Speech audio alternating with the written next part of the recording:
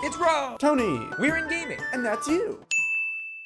Hello inmates and welcome back to the Inn. I'm Rob, of course, or Warshak if you want to call me by my in-game name, and today we're going to be taking a closer look at the Cthulhu Reno Warlock deck. We're going to talk about the deck, the synergies within the deck, the cards in the deck, why I have the cards in the deck, and kind of go over a bit of how the deck tends to play out most games. And then from there, after we're done talking about the deck and the individual cards, we'll go in and we'll play 3 or 4 games with the deck. I'll explain my moves, why I do what I do, and kind of how you can expect certain particular matchups to go based on the classes you're going against. I'll also elaborate on maybe some classes that we don't, have the ability to go against or don't queue into, just so you can guys get a little experience under your belt or a little knowledge of versing those particular classes that we may not go against. But without further ado, let's go over the deck list real quick so we can head into these games and kind of show off the deck. So, starting off with our 1-drops, we've got Mortal Coil. It's a 1-drop, deal 1 damage, kill a minion, or if it kills a minion, you get to draw a card. This is basically very, very good if you're looking to clear off a minion with obviously 1 HP. With the Warlock class, it's not like a mage, a druid, a rogue, or a class that's able to deal 1 damage effectively to minions. So this Mortal Coil allows you to not only clear off smaller minions that maybe come from like aggro shaman or maybe a rush hunter deck, but it also allows you to make like trades that you normally wouldn't make with the ability to kill the creature afterward and draw the card. So definitely a good card to fit in there for the 1 spot. The Power Overwhelming is a card that I actually took out for a little bit and put back in. And I found that because this deck has an issue with single target removal, I mean, it has Siphon Soul and it's got like Shadow Flame, but those are only 2 cards in comparison to like, let's say the Warrior decks, which they have Shield Slams, Executes, Brawls. Warriors have huge creatures, so they have a number of ways to deal with things. But for this Warlock class, it's a lot of cards that do stuff, but a lot of them are very situational. So this Power Overwhelming gives you the ability to give a small creature the power to be able to kill maybe a bigger minion. And you can save your Siphon Soul for maybe a big card like Ragnaros instead of having to waste some of your Siphon Souls on maybe a smaller creature like a 6/5 that you could have traded into with like a Dark Peddler Power Overwhelming. The Acidic Swamp Ooze I think is a very interesting card in the deck. Harrison's a little too high drop because we do have a lot of good 5-drops and 4-drops in the deck, but putting the Acidic Swamp Ooze in the 2-drop allows it to kill the weapon. We don't need to draw anymore because the Warlock passive, sack 2 health draw card. So, Harrison's draw card is good, but it's not really necessary. So the next step down would be just playing Acidic Swamp Ooze. It's only for 2 mana. The stats are really good for 2 mana. It's a 3/2 in body. And then it's the battle cry, destroy your opponent's weapon. So they play Doomhammer, they start swinging at your face, you play Acidic Swamp Ooze, and it's very good. Whether you're playing against a warrior who plays Gorehowl or the War Axe, or most of the time, you'd be using this against shamans. But warriors are always in the mix too. The Beckoner of Evil, this is just part of the Cthulhu synergy. Not going to mention onto that. We play most of the Cthulhu buffers besides, I believe it's the 6-drop, 7/6, give Cthulhu +2/2 just because of the stat. I don't think that card is very good. There's better Cthulhu buffers, which we have in the deck. So the Beckoner of Evil just goes along with the Cthulhu synergy. The Dark Peddler is one of the best 2-drop Warlock cards, and it also gives you the ability to choose, or well, I should say, discover a 1-cost Warlock card, which could be another Power Overwhelming, a Mortal Coil, maybe get some Elven Archer value in there, Soulfire. So there's tons of good options with the Peddler. I honestly like saving this guy till later in the game, maybe turn 3 or 4 when you can, you look at the field and then you can pick a 1-drop that's best fit for the situation you're currently in. When you pick a card prior to anything hitting the board, you're kind of just assuming what's going to happen. Not to say that playing them on turn 2 is not bad, but let's say you have the option of Beckoner Evil or Peddler. Maybe Beckoner of Evil will be the better choice there. The Doomsayer is your early game stall. Obviously, this deck doesn't have some like super bursty or rushy beginning or starting game cards due to the fact that this is more of a control deck. So the Doomsayer just allows you to kind of buy yourself a turn if need be. Brand combos well with all the battle cries in the deck because there's only a bunch of 1-ofs. You most of the time comboing this with maybe Disciple of Cthulhu, your but Cthulhu's Chosen, and your Beckoner of Evil to give your Cthulhu +2/2 twice is really good. Also, if you want to combo it with a Refreshment Vendor or Earthen Ring Farseer for the additional heal if you can't seem to draw Reno Jackson is really nice. So brand combos really well with a ton of cards in the deck. Whether you're trying to heal or you're trying to buff your Cthulhu, always an option there. The Demon Wrath is basically your cheap Hellfire. It's deal 2 damage to all non-demon minions, so of course it's not going to affect the demons, but most when you're playing against other decks, let's say you play against another Warlock deck like a Zoo, the Demon Wrath is going to be very ineffective versus a Zoo deck due to the fact that a lot of their creatures are demons, such as Flame Imp and Imp Gang Boss, but for a lot of other decks like Shaman, it'll do very, very well against him. And it's basically, again, just your Hellfire that does 1 less damage and doesn't work against Zoo. But it's still a good field removal in a sense. For 3 drops, we have for another 3 drop, we have Disciple of Cthulhu. This is, again, just one of your Cthulhu buffers. At that, he's a really good Cthulhu card because he's a Battlecry, deal 2 damage, give your Cthulhu +2/+2. So if you combo him with Bran, you're able to deal 4 damage essentially to a minion and give your Cthulhu +4/+4, allowing you to activate the Twin Emperor or Twin Veclor, which is really nice.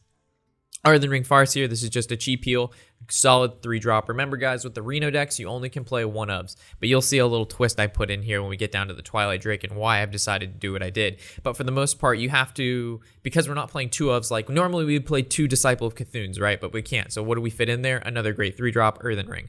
Imp Gang Boss, one of the best, in my opinion, 3 drop Warlock cards. Really annoying, and he's just a good card at that. There's not really much to him besides just the fact that whenever he takes damage, he summons a 1/1 imp, so he can make trades, create more value, and that's him. Shadow Bolt, it's your mid-range removal, deal 4 damage to a minion. So there's a Tempo Dragon Warrior is really popular right now, and they're playing Frothing Berserker. They play what is his name?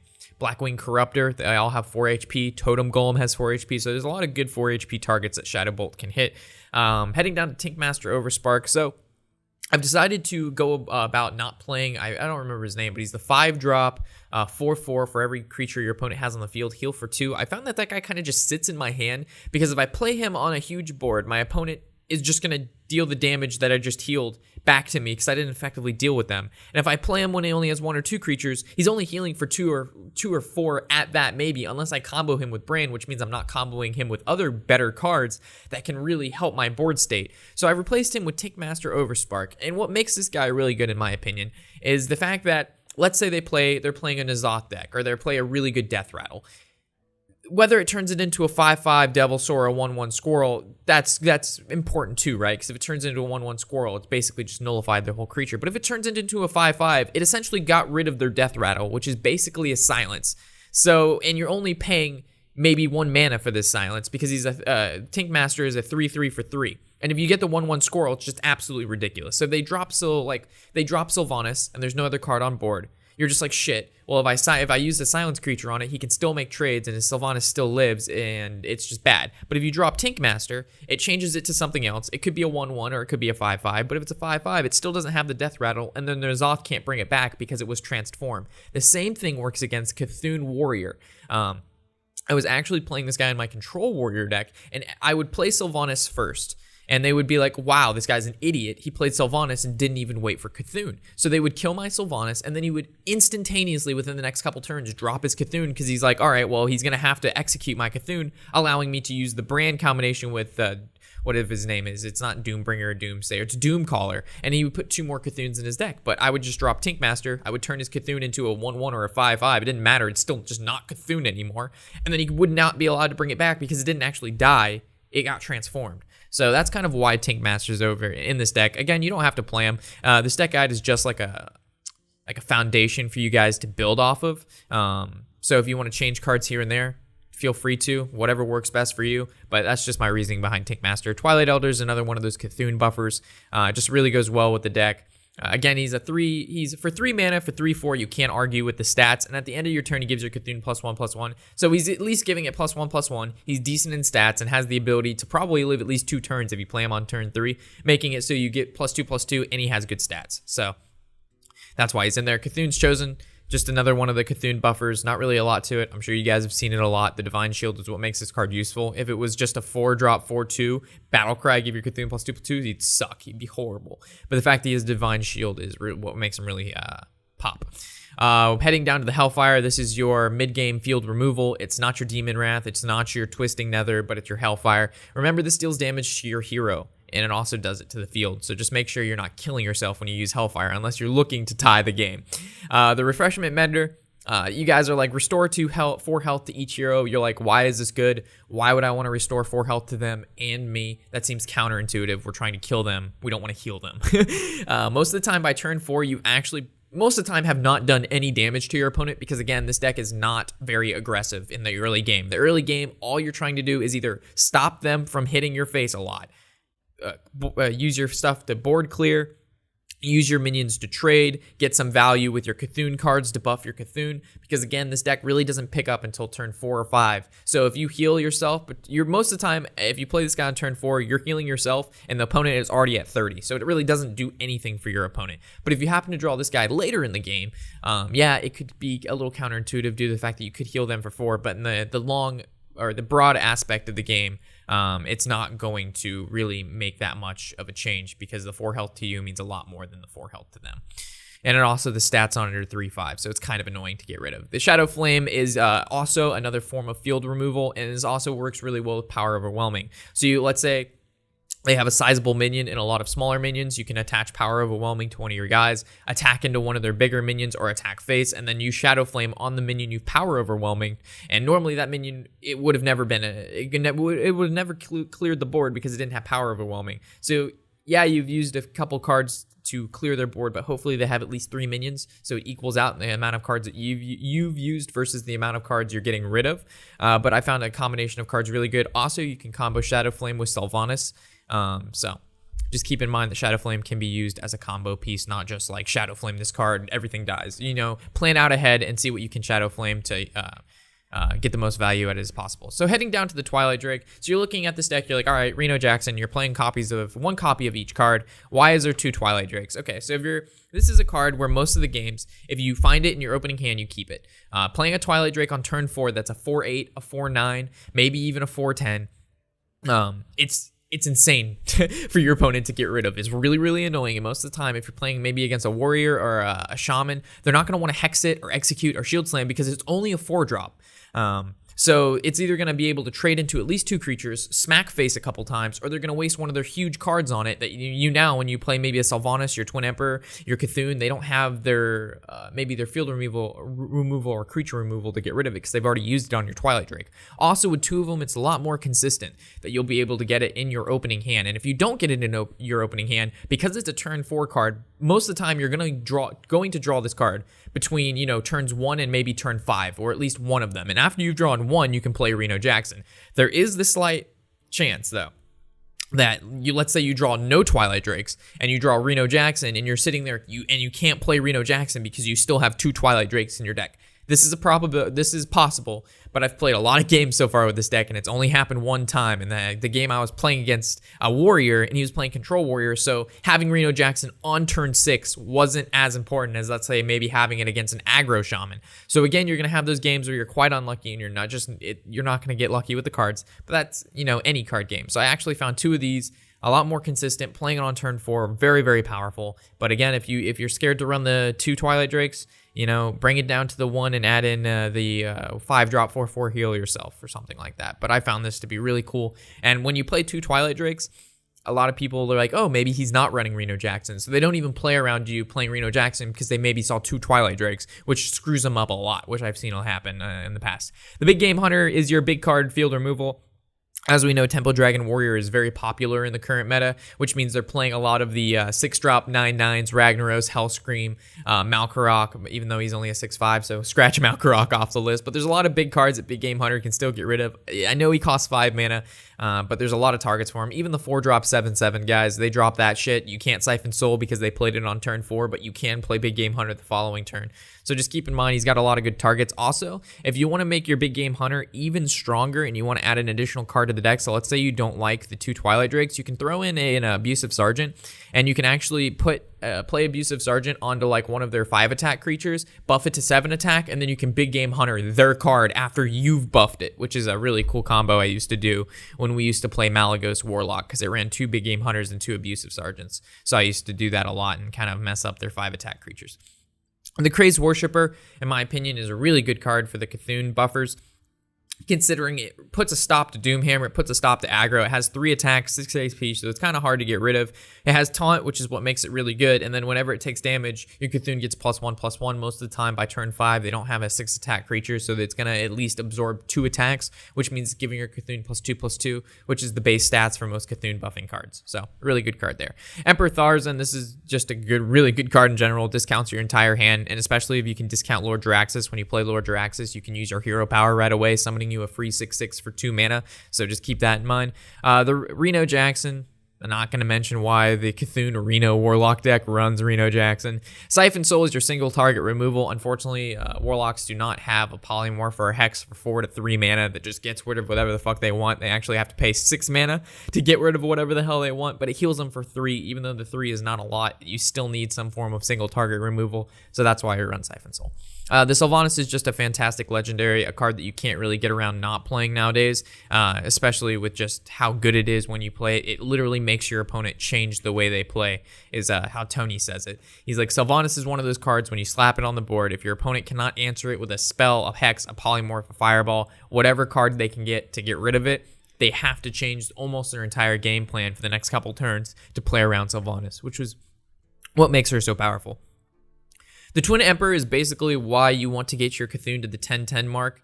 So once you get your Cthulhu to 10-10, you're able to play Twin Emperor Veclor and create 2 4/6s. He's just basically just a huge body, a huge taunt wall for your opponent to get past, especially if they're playing some form of aggro or mid-range deck. They're going to expend a lot of resources trying to get through this. Really solid Cthulhu card. There's not really much to put past that. There's no huge combo in the deck with this guy other than he's just a good card. Your Twisting Nether is basically your oh shit button in the deck. This says clear the entire board, whatever's on there it dies. Obviously if there's a death rattle, the death rattle will trigger and it'll get left over. So if you're planning to, let's say you're going against a N'Zoth deck and your opponent plays N'Zoth and they're bringing back cards with death rattle, like what is it called, Infested Tarn. So when Infested Tarn dies, he brings back a 2/2 slime. So in one game that we played, we actually kept Twisting Nether and we kept our Demon Wrath. So we Twisting Nethered, it summoned a bunch of 2/2s and 1/1s and all this shit that he had, and then we followed it up with another Demon Wrath, which actually cleared the entire board and took care of even the death rattles, leaving him with no win condition after N'Zoth. That's all he had, so he just conceded after that, from what I remember, I think. Or we just won the turn after. Lord Jaraxxus, so after you play Cthulhu, let's say we don't run Doomcaller. So when most decks run Cthulhu, they play Doomcaller, which allows, it says if Cthulhu has died this game, put him back into your deck, which gives you, again, another win condition when you play Cthulhu, because Cthulhu is a very powerful minion that does a lot of damage when he's played, along with the turns after that. But let's say they kill your Cthulhu, which is most likely going to happen, considering they know you're playing Cthulhu, so they're going to save those particular cards like Hex, Polymorph, and things of that nature to kill your Cthulhu. So after you've played Cthulhu, and after you've kind of extended your resources to the max, you can drop down Lord Jaraxxus, and Lord Jaraxxus says, I'm going to convert your hero power to spend 2 mana, summon a 6/6 fire, like Dread Infernal, and it's just impossible for your opponent to take care of a 6/6 that only cost you 2 mana. It doesn't cost you any cards. And on top of that, you get a 3/8 weapon, which can basically smack your opponent every turn or attack their creatures. But keep in mind the downside of playing Lord Jaraxxus is it resets your character's health to 15. So let's say you're at 30 HP, and you play Lord Jaraxxus, your health gets set back down to 15, and 15 is the max it's going to get set at. So let's say you play Lord Jaraxxus, you haven't used Reno Jackson yet, they take you down to like 5 HP, and then you think you're going to Reno Jackson up to 30. The cap, again, when you play Lord Jaraxxus is 15. I know a lot of you veteran inmates and a lot of you more experienced players already know Lord Jaraxxus and you know how it all works, but for the newer players, Lord Jaraxxus card text doesn't tell you shit. All it says is destroy your hero and replace it with Lord Jaraxxus. That gives a new player no idea what actually Lord Jaraxxus does. So I just wanted to kind of go over just a tidbit for those of you who, you know, you're newer, haven't played Lord Jaraxxus, and don't know what to expect yet. So there you go. And for Cthulhu, obviously, Battlecry, deal damage equal to this minion's attack randomly split among all enemies when he's played. So over the course of the game, you're going to be playing your Cthulhu buffers and your Cthulhu cards, which allow them to give Cthulhu +1/+1, +2/+2. And over the course of the game, most of the time when you play him, he's going to be anywhere between 12/12 and maybe 16/16, based on how long your Cthulhu cards have lived, if you've synergized them well with Bran, or again, how long they've lived. Such a Twilight Elder, the longer he lives, the more powerful your Cthulhu becomes. And then when you play Cthulhu, a huge burst of damage will happen. And if that doesn't kill your opponent and they can't kill him the following turn, you attack face and you just win. And again, based on the matches, or based on who you get matched up with, Cthulhu may not be your win condition. Let's say you play against a priest. You don't probably want to play Cthulhu early on because he just entombs it. So maybe Lord Jaraxxus at that point is your win condition, because the priest doesn't have burst damage and they can't deal with a 6/6 every turn. They will lose. So maybe in that particular matchup, you're just using your hero power and just cycling until you can draw the Lord Draxus to drop it down. So depending again who you're going against is going to be how you play the deck, but for the most part Lord Draxus and Cthulhu are your win conditions. Everything else is kind of just a way for you to get there, and sometimes you'll be able to win without those cards. It's just most of the time it comes down to those two. So with that said, we've talked about the deck. If you have any questions, comments, or concerns, feel free to leave that in the comments section below. I'll try to get back to you with particular changes to the deck. Like I've mentioned before, if you don't have a card or you want to change something out, feel free to do so. Your play style is going to be different than mine. This deck is obviously going to be different than yours, unless you just want to copy it, and that's fine too. But things can be changed around. This is not set in stone. This is just what I think the deck runs best as, in my opinion. So let's head into the games and let's get to it. All right, so heading into our first game here, we are going against a Paladin. I actually played this guy earlier today, and by earlier today, I mean... yes, we actually played this guy earlier today. I believe he's playing the N'Zoth Paladin. So, Cthulhu's Chosen's not too bad to keep. The Doomsayer's not too bad to keep, considering it'll clear the board early on. Doesn't seem too bad to keep Doomsayer, Cthulhu's Chosen, right? So in this matchup, we're looking for Twisting Nether, our Sylvanas, and things of that nature. Definitely Twilight Drake. So I guess we could have mulliganed for Twilight Drake. Oh, there he is. So now we've drawn into one Twilight Drake, our Reno Jackson can be activated, so we really don't have to worry about that too much. We're just going to tap here. There's no reason not to. With Twilight Drake in hand, the larger our hand, the stronger this card will be. But we have to figure if he's playing the N'Zoth Paladin, then he's going to be able to outdoor Peacekeeper if he has it. I doubt he plays Humility, but he definitely probably plays the Peacekeeper. So with him playing the Loot Hoarder, we could go ahead and just play the Doomsayer, or we could go Peddler into maybe Mortal Coil, or we could just tap, ignore it, and then just play the Drake. So I think the Peddler is an okay option here, considering it generates a card like Mortal Coil. And now we can actually kill this card and draw the card, which still keeps our Azure Drake powered up. So the main thing is, now that we have Swamp Ooze, we can Swamp Ooze his Tyrion whenever we kill it, but we got to keep in mind he's going to N'Zoth Tyrion sometime in the game, which means we're going to have to kill essentially 2 Ashbringers unless we can Tankmaster Overspark his Tyrion, which is, it's not far stretched, but, you know, it's not going to be the easiest task. So I think we can just, should we bait out the Peacekeeper with Cthulhu's Chosen? We know we're making this trade. So now the question is, do we play Azure Drake because we don't think he has Aldor Peacekeeper, or do we just play the Cthulhu's Chosen? I think we can play the Cthulhu's Chosen. We'll bait out the Aldor, and then we'll play the Twilight Drake. I wouldn't even be surprised if he plays Doomsayer here, right? Because if this we wouldn't have a good way to deal 2 damage. Or 3 damage. Yeah, so there's the Doomsayer. So if we would have played Twilight Drake, he would have been able to kill it, which would have been bad. So we can go ahead and just tap, get our hand a little bit bigger, and swing face. And then next turn we'll drop like a Twilight Drake, and I doubt we're gonna play a 2-drop, unless we just want to like tap into Doomsayer, but then we'd overdraw, so that's just bad. So his 5-drop coin into Sylvanas seems to make sense. Ah, Karen. Okay, so drawing into Tankmaster would be cool. Cthulhu, also a decent card. I think we can just go into the Twilight Drake, right? We've got 4, 5, 6, 7, 8. Oh, we can actually just drop our Sylvanas. This is fine. We actually don't mind dropping our Sylvanas. I was looking at the Twilight Drake pretending like, oh, wow, we don't have a Sylvanas, but we do. It just seems like a great card to play when your hand is just filled, right? And I don't know why there's not a little counter in the corner that tells you how many cards you have in your hand. It just seems so silly to me. Why would they not add that into the game?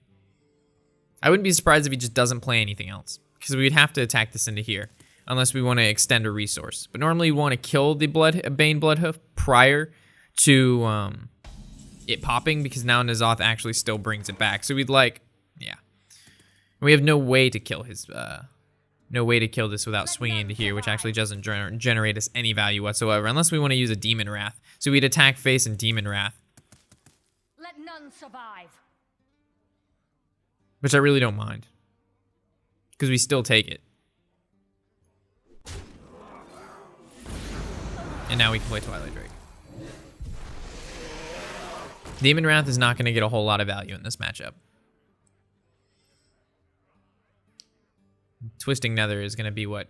Twisting Nether and Hellfire, I would say, are definitely more important than Demon Wrath. If we can take a 4-3 and still hit 5 face, that's pretty good. So with 3 mana left over, do we see the Aldor come down? I would not be surprised. Yep. All right, so this guy is now on Silverhand recruit killing duty. We could go with the Doomsayer so he doesn't drop Tyrion, and then for the follow-up play, we would drop Cthulhu. No, we're at 8. And this is a 3. So I guess we could go tap. We got Twisting, which is good. So we can go Elder into Imp Gang Boss into Swing Face.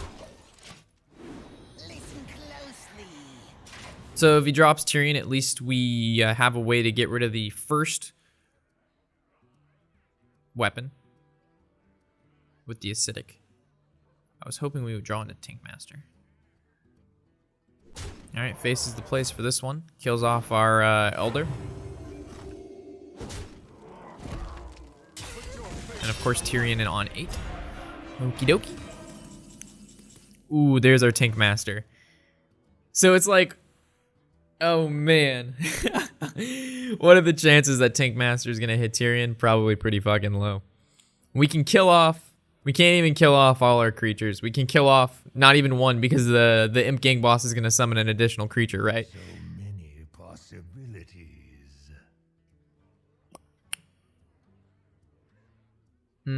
We couldn't even Shadow Flame. This hurts me. This hurts me bad. This hurts me bad. Do we just drop Doomsayer and tap? I think so.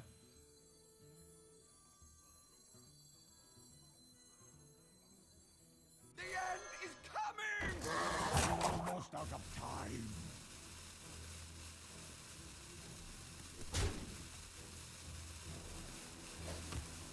I think this is fine. It's a weird play, but it forces him to do something here, right? So as long as we can maybe draw into a card, like, oh, man. We need to save Twisting Nether for N'Zoth. Currently a 4-5 is gonna live, but that's fine. I don't mind a 4-5 living. As long we just need to deal with these Ashbringers. The Ashbringers are the important part. Because Ashbringers are a total of 30 damage, because he gets 2 5/3 weapons. So that's a lot of damage to be taking.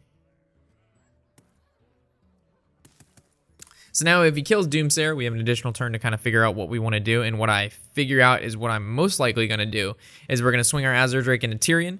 From there, we're going to go and figure out a way to Shadow Flame our Imp Gang Boss to somehow kill the Aldor, whatever else he plays, and then play the Tankmaster over Spark. And then from there, we basically just win. Tyrion is the main kind of hurdle we have to get past in his deck due to the fact that it's just the weapon and the fact that he's just really, the Divine Shield, the 6/6, the weapon, the fact that he can bring it back twice is just one of those cards, like the main hurdle of the deck. But if he just got disconnected, I feel kind of bad for this guy.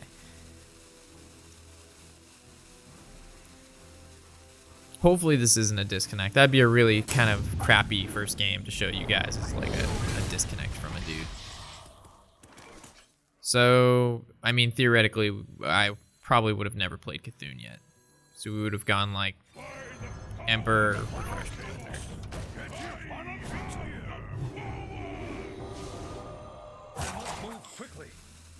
Maybe he's trying to juke us out. Next level plays. No, poor dude just got disconnected at rank 1. Feels bad, man. I'm sorry. All right, well, I guess we'll just play an additional game, and we won't really count this to anything. There's no point to even play a card here. Move quickly. All right. Well, our plays would have been the same anyway. We had a backup plan for when he played N'Zoth. We had Acidic Swamp Ooze for this Ashbringer. We had Tankmaster Overspark if he were to kill our Doomsayer. So I can't say we were like in a bad position this entire game. Like it still could have gone back either or. But I think to that point we had still played like fairly well based on the matchup at hand. So I don't think you guys still got the look of it to see how that matchup would normally pan out and what you're looking for into it. But I am sorry that we weren't able to pull through on there. Or he wasn't able to finish the game. Sorry again. Rank 1, disconnecting. That just sucks, man. You have my sorrows. It's like the most nerve-wracking rank, right? So it's just like rank 1, you're so close to legend. You're trying to play the very best that no one ever was. And then it's just, the dream is dead. Your soul shall be mine. All right, so in this particular matchup, I'm really not sure what we're gonna keep. I like keeping Shadow Bolt because of Tomb Pillager. The Reno Jackson though is questionable because if he's playing like some form of aggro rogue, which is silly for me, you'd think like aggro rogue, Rob. What are you thinking?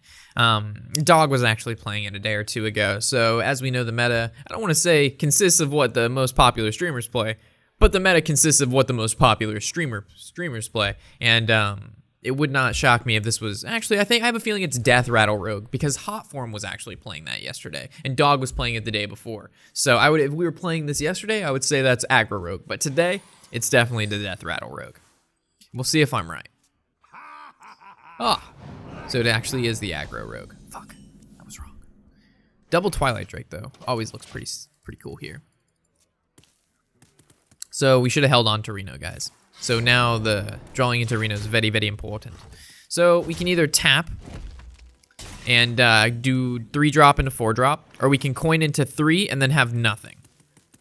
So but if we play the Imp Gang Boss now, it's a really powerful like kind of start to the game. But also coining into 2 4-drops back to back is also very powerful. Also, when we tap, we get closer to Reno Jackson. So if he is playing the very aggressive base rogue deck, the only way we're truly gonna win this is whipping out that Reno Jackson. So,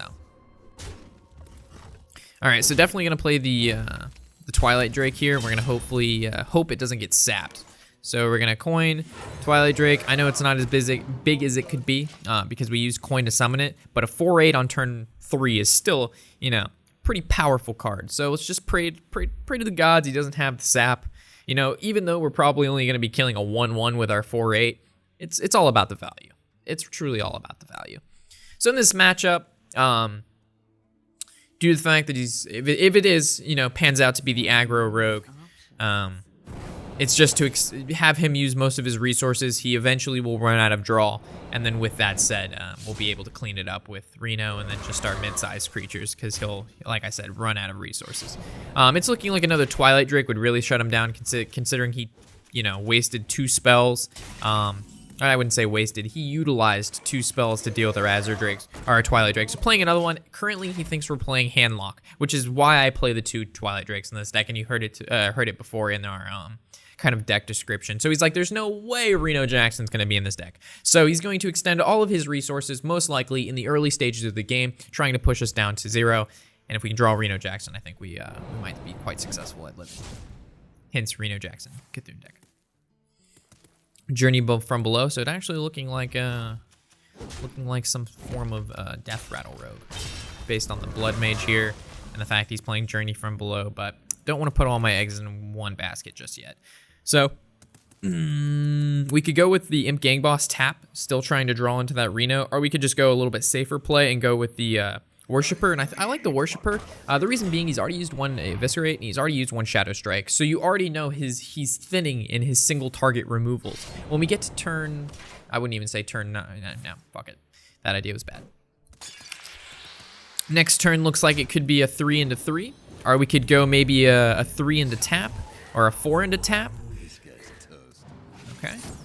So it looks like he's doing what he can to kill this, but it's just buffing our Cthulhu, casual Cthulhu buffs. All right, so it looks like it's gonna die. The question is, do we Shadow Bolt this? And I don't think we do. I do not think we do. I think we'd be quite safe if we play the Imp Gang Boss and we Disciple it down. Or we could go with a little different play. We go Cthulhu's Chosen and tap. The problem is you could use like Backstab, Swing with Weapon. Didn't actually deal with this. But if we play 2 creatures, you see. Not only will it get our Cthulhu, actually I think, yeah, this is a little bit better. Because if we draw into Twin Veclor, we can activate that next turn. Because now our Cthulhu's 11/11. If we were to draw in the 7-drop and we wouldn't have played the Disciple of Cthulhu, then we would have had to play Disciple next turn, which throws it off one mana curve.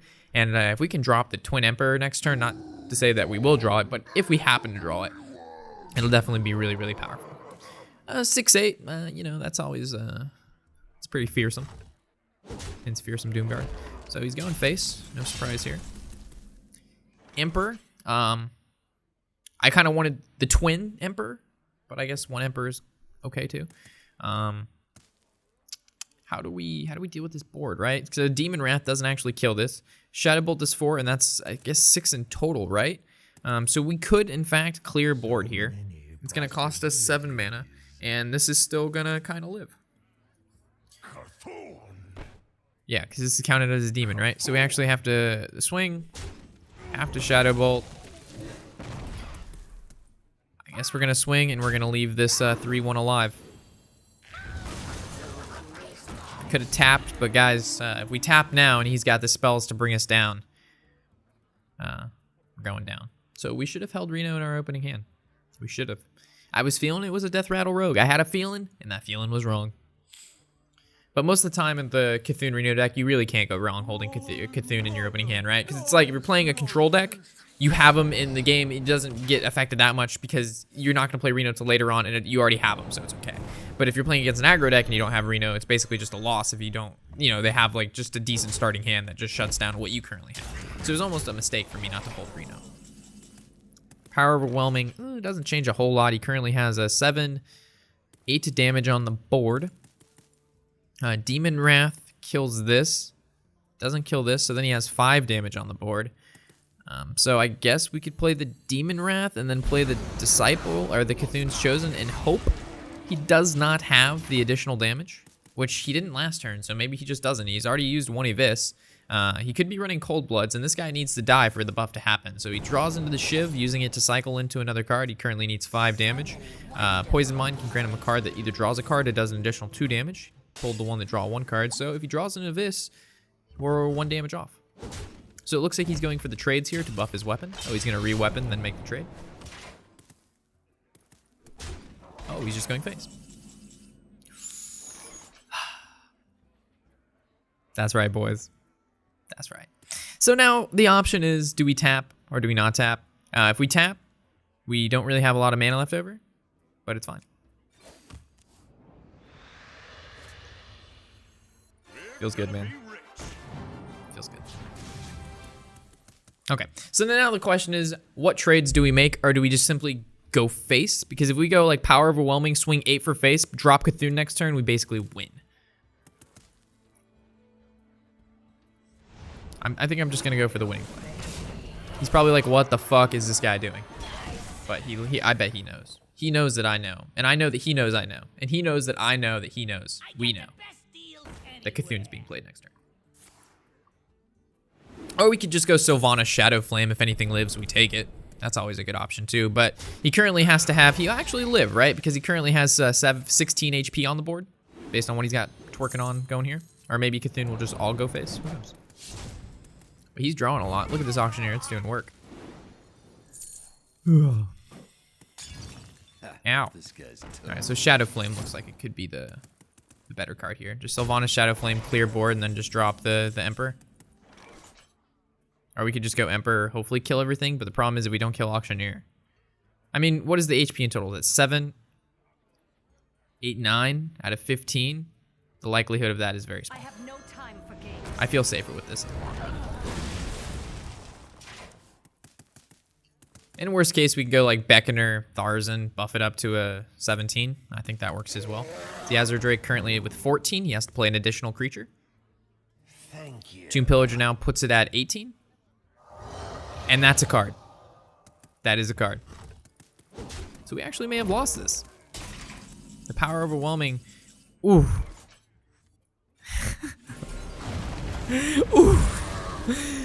Obviously, Hearthstone wants us to win this game. But I mean, we do have cards like that in our deck. The reason Twisting Nether is in our deck is so when he plays a lot of shit, we kill it all. Double Auctioneer with the double Arcane Giant. So he's just playing a version of Miracle Rogue without Violet Teachers. So instead of Violets, he plays 8/8s. And that's it. So I guess we just drop this bad boy here. And we just hope this either wins the game or kills all of his creatures. So it looks like it's going to be one off. What's in our deck that can do 1 damage? We already used Disciple, right? All right. So that took care of him, thanks to the top deck of Twisting Nether. We also had a tap into Twisting Nether, so that was always an option there. So it was 2 cards, and we're more than halfway through our deck. So granted, it was a really sick top deck. again, there's cards like that in our deck. And also when we power overwhelming, we could have maybe just used Cthulhu there. But then if we would have drew into twisting, if we would have used Cthulhu, we could have swung face, I guess, the following turn. So maybe the power overwhelming wasn't good due to the fact that we still had Sylvanas. So we could have like Shadow Flamed maybe something else. And then if he played the 8/8, we could have like Sylvanas, power overwhelming, our Sylvanas dies and takes something of his.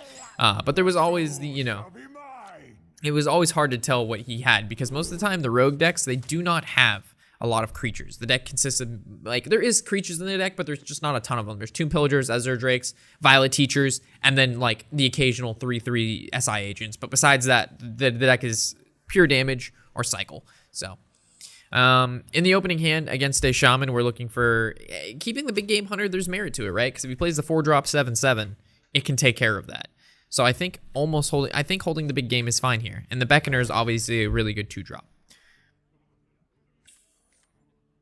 So this is a solid starting hand. We have a 2-3, 2-3-4-5. Pretty nice, pretty nice. So Tunnel Trog is going to be his opening card. We could coin into the Beckoner of Evil, or we could coin on 2 into double 3, which I think is a little bit more powerful than coining on 2. Or we could just, yeah, we're just gonna coin on 3 into Twilight Elder because the attack contests the Tunnel Trog if he doesn't have Totem Golem, which it doesn't look like he does. The 1/1 totem's probably the other best resource because now he can actually Rockbiter this. But if it was another totem, he wouldn't be able to do that. So we know if we Twilight Elder, we're not playing around Rockbiter, and if we Imp Gang Boss, we're playing around Rockbiter. I think we can Imp Gang Boss. No. Either way, they both have 4 HP. What the hell am I talking about? Don't believe me, guys. Don't believe this deck guy. It doesn't matter which one we play. This would summon a 1/1. The 1/1 would die to the Tunnel Trog. So we're just going to pretend like he's not going to whip out the Rockbiter. Because if this was a 0 attack totem, the Rockbiter only gives it 3 attack. So you'd have to like Rockbiter Flame Tongue totem, which would basically, his whole turn would be clearing my board and dealing 1 damage. And then we can move on from there. But because this is the 1 attack totem, it'll actually have, you know, or you can just Lava Burst it. That's a good way to get rid of it as well. That is a fine way to get rid of my card as well. So we'll go ahead and Imp Gang Boss. No other solid 3-drop besides that. We have the 4-drop, and then Big Game Hunter if he decides he wants to drop the 4-drop 7/7, which wouldn't come this turn because he's overloaded 2 cards. Flame Tongue Totem allows him to make trades. Well, he could make the trade, but I think face is the place here, man. Yeah, there you go. You know what is up. So we could go with the Dark Peddler to see what we draw. Or discover, I should say. It's Leopard Gnome or the Shield Bearer. I actually like the Shield Bearer. Has Taunt. We'll go with the... Ooh, that was a hard choice because we actually can power overwhelming this and kill that. But then we can't really deal with the Searing Totem. Or we just attack the Searing Totem, make a dude Beckoner. We're going to take 5 more damage. I really do not want to take 5 more damage. So we could go like Shield Bearer, which actually is not too bad. And that would be the extent of our turn. With Shield Bearer, swing into this, but it doesn't actually take care of this Flame Tongue Totem, which is the problem. This is the head of the snake, and these are kind of just like the tail pieces. So it's just like, what do we want to do? Ideally, we need to kill this Flame Tongue Totem. I was hoping for like a Mortal Coil, right? Because then we would attack Mortal Coil. This would only be a 3/3. So maybe I definitely don't want to power overwhelming just to extend that 1 damage. So I think we're just going to go for a larger field here. I think Shield Bearer will do a fine job for 1 turn, as long as he doesn't have Lightning Storm. Lightning Storm is a big fear right now. But we need to save the BGH for when he plays the 4-drop 7/7, which I feel like it's coming. So it looks like a Lightning Storm is in our future, boys.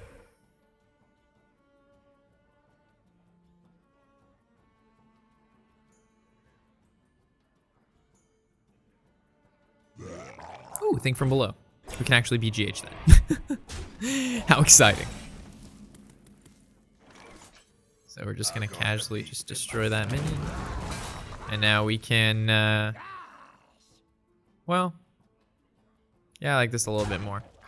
So we'll kill this off and then attack into the totem, and then all of our creatures live. And then he only has a 3/3 Tunnel Trog. And if he ever decides he wants to play Doomhammer, we Acidic Swamp Ooze, and then until then, I guess we can like maybe tap Refreshment Vendor, but I really don't even want to tap in this matchup at all. So there's the Lightning Storm. It's going to clear our entire board. We're going to keep a 1/1 which isn't a whole lot. So hopefully he can't kill our 1/1 because we still need to kill off this Tunnel Trog. The light protects me. So almost power overwhelming to kill Tunnel Trog is necessary at this point in the game. Depending on, of course, what we draw. Shadow Ball would be good. Twisting Nether is an option, but we still need to get rid of this. So if we can Refreshment Vendor, power overwhelming, kill this, it feels bad, man, but it's almost necessary. We can't afford to take any more damage from this Tunnel Trog. It is too much damage from the Tunnel Trog, man. And remember how I mentioned with the Refreshment Vendor how most of the time the healing is important to us, not so to them. So this was a pristine opportunity at which it was good for us, not for them. And this is kind of why I wanted to save the Big Game Hunter, was for this guy, but it worked out that we could have, I guess we could have power overwhelming the other dude. So like Shadow Flame, power overwhelming could have killed it. Just power overwhelming it would have worked there too. If we tap, I almost feel like we're just definitely gonna die. We can't Twisting Nether because we don't have enough mana to do so. So it's basically we just play the Beckoner of Evil and kill this 1/1, and hopefully he doesn't kill us next turn or the following turn, and then we Draxus, or we tap and then we hope we get even if we get Siphon Soul, it's not enough. So we just Beckoner, kill off this 1/1, and I think it's gonna be it's not gonna be good here. This might be our first loss in the deck guide. Yeah. That's the Face Shaman for you. So that's currently 12 damage. And then the Rock Biter on there will make it 14. Yep. Good job, man. Skill.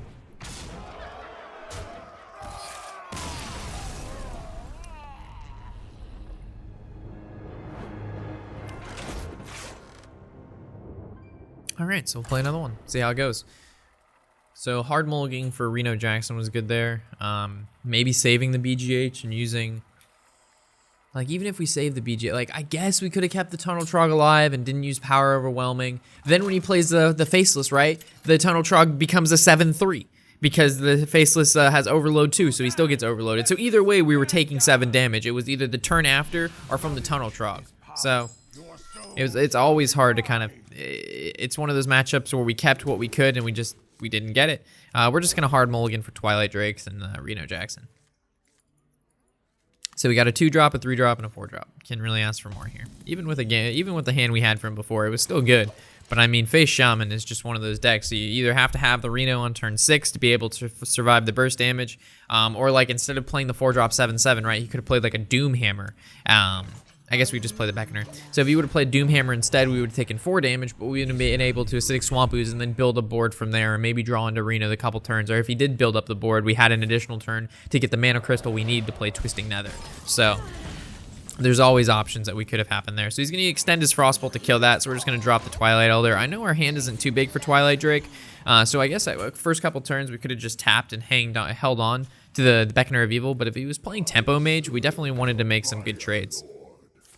So he's going to coin, and then I'm assuming Arcane Blast. And it looks like both the fucking pings hit our Elder, which is kind of absurd if you think about it. Like, that was pretty insane. So if we play this, he's going to be a 4/5, so basically he's a Chillwind Yeti, and then it gets Fireballed down. If we tap, his 4-drop might be a Water Elemental, or like a 2-drop and a ping, or an Arcane Intellect to be able to draw more cards. I think due to the fact that this thing needs to die as soon as possible, playing the Twilight Drake and then just hoping he doesn't have the Fireball is a relatively, it's a decent assumption. So the Alkalite of Pain is not a Fireball, but the Mirror Image is a way for him to kind of get past it. But we can go ahead and Demon Wrath. It's going to clear off both of these. It's going to hit this for 1, but then we can make the trade into this. This dies. This is a 1/1. We can Doomsayer, and then he's probably going to ping it. So I think we can tap here and play Doomsayer. The reason being is he's going to have to use some spells to get rid of Doomsayer, which means he's going to not use them on our face, which is good. We were able to draw an additional card there, and currently only has 3 damage on the board. So I think this was a fair play. And Demon Wrath, keep in mind, is also a great way to clear board if he decides he wants to fill it up. And we're getting close to the Twisting Nether turn. Emperor Tharzan is also great. It's just that Flamewaker needs to go. It's one of those cards you have to try to kill as soon as possible, just like Bran and Fandral and things of this nature. But we had no great way besides Demon Wrathing. But then he's going to draw 2 cards. So he's going to Frostbolt. He's hoping for the pings to land on the Doomsayer. They both fucking land on the Doomsayer. Oh my gosh, this is the most skillful Flamewaker I think I've ever seen. And now it doesn't matter. I guess it was just interesting that the first two landed on it. Like, damn, man. That's some good plays right there.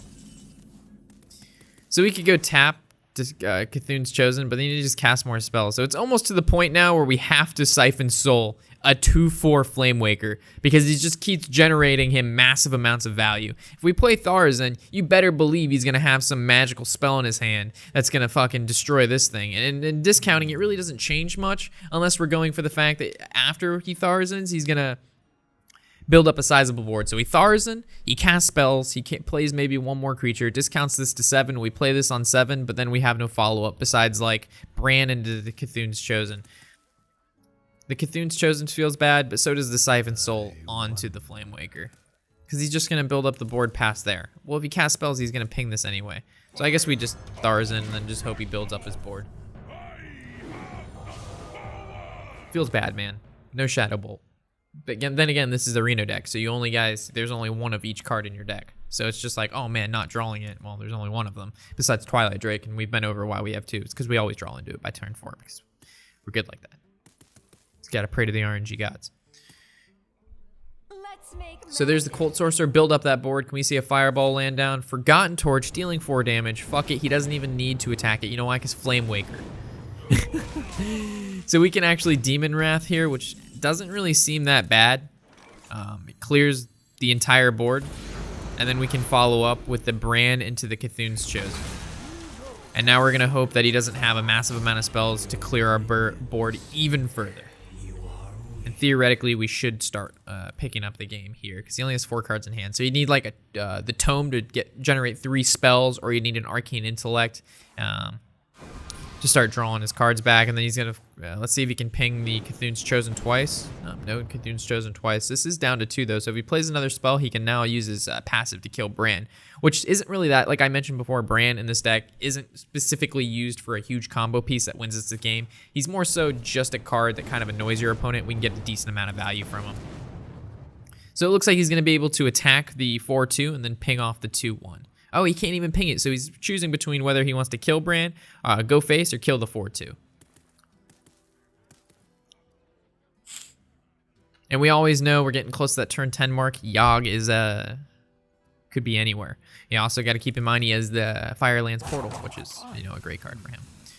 So I'm hoping he kills Bran here, right? So we look at Bran, we're like, oh my god, Bran is so scary in a Reno Cthulhu deck. Because if he draws like Reno, he'll heal twice for 30. Hellfire doesn't do anything here. I almost have to tap and Siphon Soul, or we just Siphon Soul and hope for the best. I think we tap. Refreshment Vendor is a card. And it's gonna actually heal for twice. How exciting. And now we're going to attack the Flamewaker and then swing face. Bran is no longer useful to us. So definitely drawing into Reno is really important. Especially because he's going to start going face a lot here. If he drops a decent-sized creature, we have Siphon Soul, and oh gosh, Firelands Portal. We might actually have to Siphon Soul whatever comes out of there. It's just a 4/4, not too big of a deal. What the fuck did he just Firelands Portal? Oh, our face. Okay. All right, so we have to kill the Man Worm first. Well, this is kind of scary, right? Because I feel like we know we're killing this no matter what. This happens. So we can swing into there, and then we're only at 11 HP. Which means we die to a double Fireball. We die to a Fireball Frostbolt over 2 turns. Nope, we die to a Fireball Frostbolt. Nope, and a ping's not enough. So do we Siphon Soul this creature? If we do not Siphon Soul this creature, we make the trade, we play Sylvanas.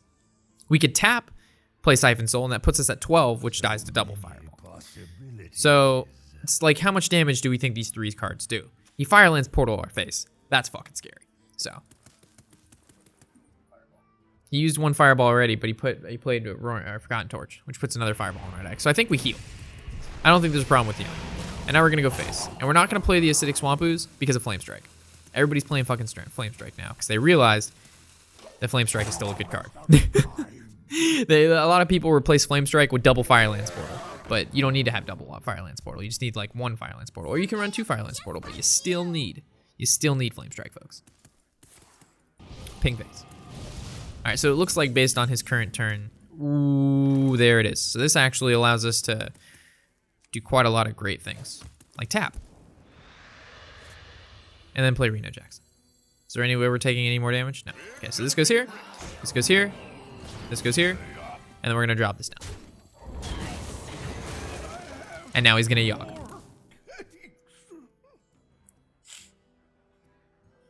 And so hopefully when he Yoggs, he doesn't get a whole bunch of death rattle shit. Ooh, no Yogg, yay.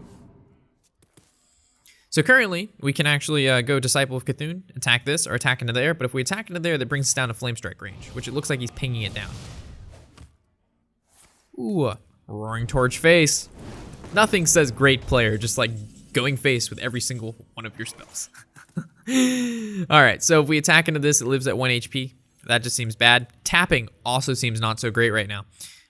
So I figure just to hit this, we go ahead and play Sylvanas. We make this trade there. We swing face there. So if he's gonna Flame Strike, at least one of our creatures is gonna live. But maybe playing the Sylvanas right now instead of the Imp Gang boss was a big deal, because if he does have Flame Strike, if we would have played the Imp Gang boss, he would have Flame Striked either way. So maybe holding on to it was, yeah. So holding on to the Imp Gang boss, or holding on to Sylvanas there was a good thing. Rip field. So if we would have played Imp Gang boss, it would have been, we could have dropped Sylvanas this turn, which would have been fine. Only one card in hand, so I really don't mind tapping here. Cthulhu's a great card. We're probably going to play that next turn. So we actually go Hellfire, Imp Gang boss, get him down low. This would bring him down to 15. This happens to do 15 damage. So, fuck it, right? So we were pushing lethal next turn with the play we just made, because we know we can't play anything else with Cthulhu, because Cthulhu costs 10 big old mana points. Mana crystals. Cthulhu. Our Cthulhu. If you guys don't know who I'm talking to Tony over there. Mana Worm. 8/8. Okay. So it looks like Twisting Nether, right? Twisting Nether? Or we could swing. No. We're going with this one. A little bit safer. Now we're gonna Dark Peddler. Give us a good 1-drop. Blood Imp's a card. Sure. Look at the value. Look at that value. Just don't Yogg me. Arcane Missiles. Oh no, our Imp's gonna die. Live, bob and weave, buddy, bob and weave. There you go. All right, end your turn, Mage. Fireball face. Only the utmost of perfection from these players, folks. It just makes me so mad, because Tempo Mage didn't always used to just go face with every spell you have. It used to be like, you know, play your spells in a certain way, combo them well with Flame Waker, you know, even hold on to 2-drops when you didn't have, you know, let's say you had the option to play both your 2-drops, like play a 2-drop on 2, play a 2-drop on 3. But now it's just like, just keep playing spells as fast as possible and just go face with all your spells, and then you'll win the game. Tempo Mage has changed a little bit from what I used to play the deck a lot. Like that used to be one of my favorite decks. Because you'd use your spells on creatures, you make value trades, you build up a sizable board, you'd go face, and then now it's just like we almost died twice in a row just from spells to face. It's not that any of his creatures made direct hits to our face, and it's just spells to face. They're so good. They're so good. It's like freeze. It's like a hybrid between like a freeze mage and like a class that plays creatures, right? Because they still have like all the spells besides ice lances that a freeze mage has, but in place of all the draw mechanics and stalls, they actually have creatures that kill other creatures instead of stalling. So I don't like anything in this opening hand, to be completely honest. Against this, I'm assuming hopefully he's playing freeze mage. I mean Tempo Mage. If he's playing freeze mage, the matchup's okay, but I just prefer Tempo Mage just because we can kind of figure out what's going on with him. But Freeze Mage, like a good Freeze Mage player, you dunzo, man. You dunzo. So we'll see what he does here. I wouldn't be surprised if we just see a ping from him. Yeah. Most, a good Tempo Mage player will hold on to his cards just for like a really, really nice Flame Waker turn. So we're just going to tap. Next turn we have Coin into Drake. Like I said, this is why we run 2 Twilight Drakes. Not only is it going to confuse him because he thinks we're going to be playing a giant deck, it's just a really solid card for him to get rid of. If we see he's playing that, he's holding it like that's a Flame Waker. Okay, so we're actually going to see the Flame Waker come down. We know he doesn't have coins, so there's not like some super secret thing we're gonna, miss out on. So we're just gonna coin into the Twilight Drake. This is gonna be able to contest this quite well, even through a Fireball. And the next one we play is gonna be even bigger. It's gonna be a 4/9. So I wouldn't be surprised maybe we see a Frostbolt coming down on the Twilight Drake just to stall it long enough for him to Fireball next turn. Okay, so we actually do see the Frostbolt come down to stall. An additional spell, Arcane Missiles, to try to get it past. Oh wow, none of them hit the creature. Last time, both of them hit the creature. Now another Arcane Missile. So this guy's extending a lot of resources just to try to get this guy low. He pings him down for 1, so he actually can use his hero power next turn to be able to get rid of him. But little does he know we have an additional Twilight Drake to follow up. And this is, again, double Twilight Drake, guys. It's absolutely insane. When I said this thing would be a 4/9, I lied. Don't believe me. It's a 4/8. Arcane Intellect, that was a very nice draw in combination with his hero power to kill our current Twilight Drake. He couldn't have... Oh, he doesn't even have to hero power. Now he can actually Frostbolt this again and begin the whole chain over again. All right, so the mirror image is going to stall a little bit longer. So a really good pickup right now would be a Demon Wrath, because we could actually clear the board with that. Doomsayer is an option. We also could go ahead and Shadow Flame, which is always an option as well. We're at really, really low HP. If you notice, we're already at 14 health, which doesn't give me that warm and fuzzy feeling inside. So I think we're actually going to have to Shadow Flame this. And I wish we had 1 mana left over due to the fact that we then Doomsayer and then follow up our turn with maybe like an Emperor, but we don't have that luxury right now. He only has 4 cards in hand, so hopefully he doesn't have another Arcane Intellect or Tome. Sylvanas is a big deal. Sylvanas is definitely a big deal. So I see a Doomsayer Refreshment Vendor seems pretty good in this situation. I doubt this Doomsayer is gonna be able to get value because he only has to deal 1 damage to it with the attack with Sylvanas and hero power. He has 4 cards in hand most of the time. Mages have the stuff they need to succeed. But then we'll be able to attack in with our Refreshment Vendor. So he's gonna draw 1. I'm assuming he has an Arcane Blast or a Frostbolt. That'll do as well. We currently cannot deal with Sylvanas. Ooh, our Sylvanas is an answer. So our first attack will most likely be attack into this. We'll Mortal Coil it, see what we can gather up. Okay. So if we play Emperor, he attacks into Emperor, he takes our 3/1. If we play our Sylvanas, he can Fireball his he can ping this, Fireball his Sylvanas, and take our Sylvanas, which saves us a little bit of damage. But if we just Emperor, he's gonna take. Well, it's questionable, right? I think Emperor is a solid play here. I don't really mind him taking a 3/1. Or he could just attack Sylvanas' face and then double Fireball. And that's how we will end the deck guide. Sylvanas and Tempo Mage, though. That's a very interesting card. Yeah, Arcane Intellect, though, brought him back. So he's going to make the attack. He's going to take our 3/1. This is fine. We want to, we will outvalue him in the long run. All right, so he's gonna ping. He didn't play. Oh gosh, all right. Flame Waker's a big deal. So how do we deal with his current board? I wish we could play the Twin Emperor. I wish we could drop Cthulhu. We can do none of which. Power Overwhelming doesn't really do anything here. We could Sylvanas Power Overwhelming her and hopefully take something good. But that's just a big, hope. We could go like Imp Gang Boss Twin Emperor, which is another thing. We could go Lord Draxus, attack into there, but then, I just see death in my future. So currently he has 5/6 damage. He needs 11 damage. If we play creatures, if he double Fireball's face, that's going to be game anyway. He has 2 cards in hand. If we Sylvanas Power Overwhelming, worst case scenario, we'll take, that's still 5 damage. Then he still double Fireball kills us. I think the most optimal play here in hopes that we just don't lose is to play as many creatures as possible. I mean, he could drop the Flame Strike, but, that's just one of the risks we got to take here at the end.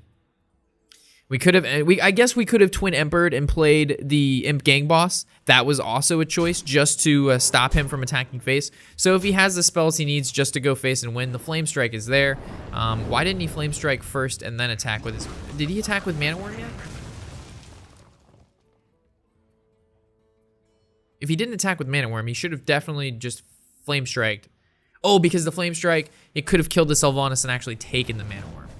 Ah, there you go. That makes sense. Reno Jackson, always coming in on time, boys. So this is actually fantastic. So let's tap. This is great.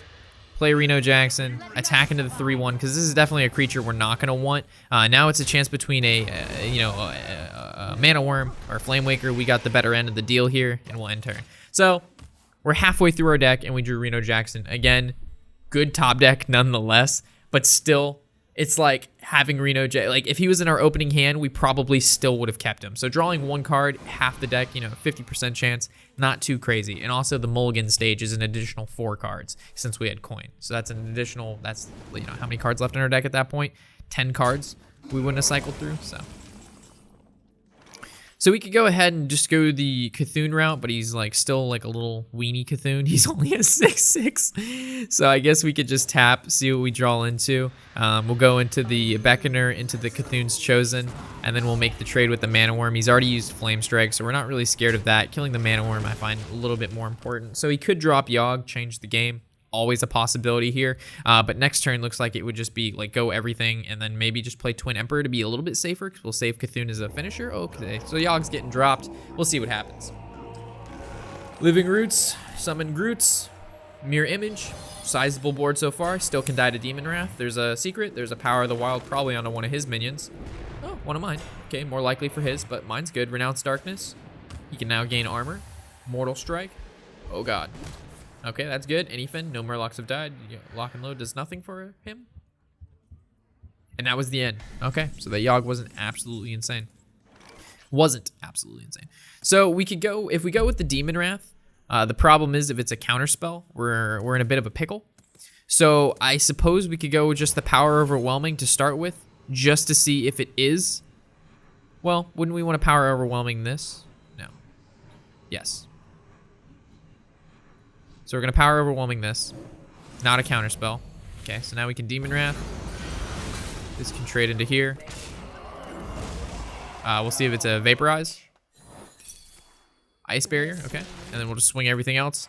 And then we can play the Twin Emperor because we're not really scared of a Yogg to change things around anymore. Once a mage plays Yogg and he's played Flame Strike, that's it. You can just go crazy on the board and just not even care what he does. Him getting the armor up is really good for us because he can't, extend the 1 damage anymore, which is not a huge deal, but it still allows him to, kill Reno Jackson. He doesn't have a great way to kill this guy now. Antonidas is a great way to kill a lot of things, though. Arcane Blast, he's going to have 1 Fireball there. There's the Arcane Blast again, so he's going to generate another Fireball, so we have to keep in mind he now has 2 more Fireballs into his deck. All right, so we could go with just to buff up Cthulhu even further, or we could just go for the basically, well, if we hit this, yeah, we'll just go for the Cthulhu. There's no reason not to. Hopefully this will kill the Archmage. It does. We go face with everything, and now I do not think there's going to be a way for him to stop us unless he gets into Tome, and then he gets an Ice Block, Frost Nova, and then he just keeps drawing into Fireballs every turn. All right, so that was a pretty good game. Interesting game, good stuff. Reno Jackson always coming in clutch. Still can't break the 1,000 legend mark though. We beat a 415 and we only went up, 80 points. I guess it's a sizable amount of points. Okay, so hopefully this deck guide was interesting for you guys. You've learned how to go up against certain matchups. We'll go over the mulligans real quick against particular classes since we didn't actually go against a whole lot. We went against mostly mages. Normally the time we play a good amount of, the Shaman was a game we lost, I suppose, but either way. So in your opening hand, you're always looking for your Twilight Drakes, like I mentioned before, Imp Gang Boss, definitely your Doomsayers, your Dark Peddlers, basically all of your creatures early game besides Acidic Swampoos, unless you're playing against a Warrior, in which you can't tell if they keep a card in the early game. Before, you could see their mulligan, right? You could see that they held 2 cards, but now it waits for both players, so keeping Acidic Swampoos is kind of rough against Warriors now because you don't really know if they got the War Axe or not. But normally keeping it could go either way because again, if they have the War Axe, they play it on turn 2, you use 6 Swampoos, and that's just a huge tempo play. But most of the time, you also could get away with not keeping it. Actually, if you play against Shaman, keeping Acidic Swampoos is not that bad if you have Doomhammer. Same thing with Warrior, like I mentioned before. Beckoner of Evil is always good. So basically, all your early game minions, Is there anything that sticks out to me as a later game minion you'd keep? The Twilight Drake is something you'd keep against mostly everything as well. If you're playing against a Shaman, you draw 2 of them. Probably not. One's just enough. On top of that, Hellfire is also something you keep versus almost all of the aggro matches. You don't keep it against Warrior because, again, Warrior is mostly control, and even Dragon Tempo Warrior. They don't have a lot of 3 HP creatures unless you're talking about the Alex Strauss's champion, at which they'd only have maybe 1 at that time. So Hellfiring just 1 creature that already did 6 damage to you because you can't play it till turn 4 is probably not the best plan. Reno Jackson, one of the cards you almost always keep. On top of that, Big Game Hunter is a card you can keep against Shamans, against basically everything. Like I said, Doomsayer. I'm trying to think if anything sticks out to me before we wrap up. Cthulhu's Chosen, against Priest. Keep Cthulhu's Chosen in your opening hand. Remember that Priest cannot deal with 4 attack minions. So let's say you have Cthulhu's Chosen and double Twilight Drake in your opening hand. As bad as it looks, you can keep it against a Priest because Priest, Shadow Word Pain, and Shadow Word Death cannot target 4 attack creatures. It's 5 or more or 3 or less. So keep that in mind. And besides that, I think we went over a lot in these games, and hopefully you'll be able to knock out some ladder with some Cthulhu Reno Warlock. If you have any questions, comments, or concerns of things I maybe didn't go over, you didn't understand, feel free to leave that in the comment section below. I'll read them, try to get back to you as soon as possible. So as always, guys, I'm Warshak, of course, and happy whatever the hell day it is.